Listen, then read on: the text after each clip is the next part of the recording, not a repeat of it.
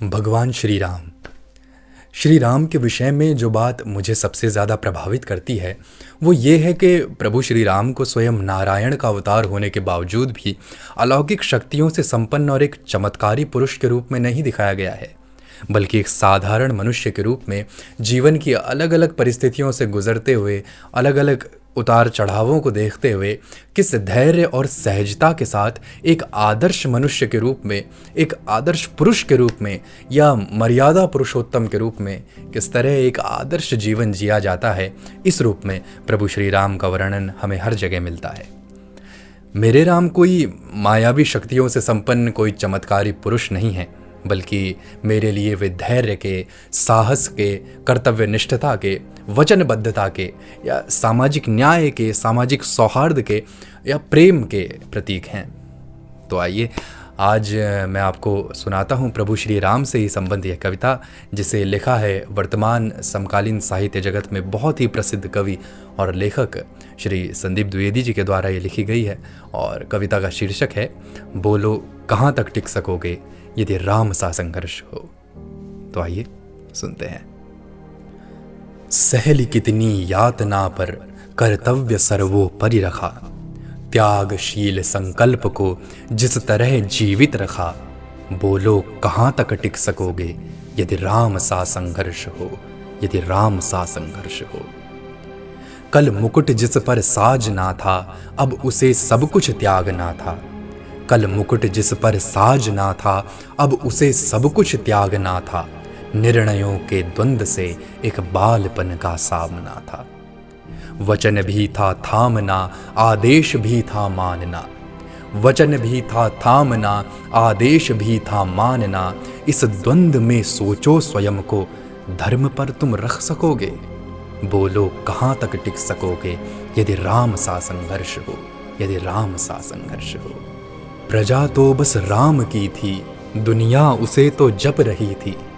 प्रजा तो बस राम की थी, दुनिया उसे तो जप रही थी। वचन ही था तोड़ देता, धर्म ही था छोड़ देता। पर पीढ़ियां क्या सीख लेंगी, राम को चिंता यही थी, राम को चिंता यही थी। हो छिन रहा एक क्षण में सब कुछ, हो छिन रहा एक क्षण में सब कुछ। सोचो एक क्षण तुम क्या करोगे। बोलो कहाँ तक टिक सकोगे यदि राम सा संघर्ष हो, यदि राम सा संघर्ष हो। केवट न जाने क्या किया था, सौभाग्य जो उसको मिला था। केवट न जाने क्या किया था, सौभाग्य जो उसको मिला था। राम से ही तारने को, राम से ही लड़ गया था। कुलवंश उसके तर रहे थे, सब राम अर्पण कर रहे थे। कुलवंश उसके तर रहे थे, सब राम अर्पण कर रहे थे। जब सब कुछ हो बिखरा हुआ, तुम सरल कब तक रहोगे। बोलो कहाँ तक टिक सकोगे यदि राम सा संघर्ष हो, यदि राम सा संघर्ष हो। है याद वो घटना तुम्हें जब राम थे वनवास में। सिया थी हर ली गई, था कौन उनके साथ में। कुटी जब सूनी पड़ी थी, दो भाई और विपदा बड़ी थी। कुटी जब सूनी पड़ी थी, दो भाई और विपदा बड़ी थी। बोलो वैसे मोड़ पर तुम धैर्य कब तक रख सकोगे। बोलो कहाँ तक टिक सकोगे यदि राम सा संघर्ष हो, यदि राम सा संघर्ष हो। वह तो स्वयं भगवान था, पर कहाँ उसमें मान था। वह तो स्वयं भगवान था, पर कहाँ उसमें मान था।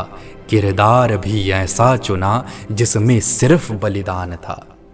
मर्यादा के प्राण थे, रघुवंश के अभिमान थे। मर्यादा के प्राण थे, रघुवंश के अभिमान थे। श्री राम के अध्याय से एक पृष्ठ हासिल कर सकोगे। बोलो कहाँ तक टिक सकोगे यदि राम सा संघर्ष हो, यदि राम सा संघर्ष हो। व्यथा इतनी ही नहीं है, यह कथा इतनी ही नहीं है। व्यथा इतनी ही नहीं है, यह कथा इतनी ही नहीं है। कुछ शब्द उनको पूर्ण कर दें, राम वो गाथा नहीं है। जब तपे संघर्ष में तब हुए उत्कर्ष में।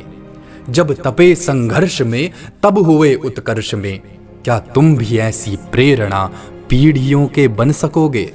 बोलो कहाँ तक टिक सकोगे यदि राम सा संघर्ष हो, यदि राम सा संघर्ष हो।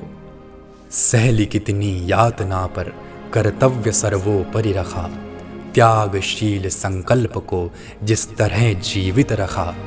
बोलो कहाँ तक टिक सकोगे यदि राम सा संघर्ष हो, यदि राम सा संघर्ष हो। बहुत बहुत धन्यवाद।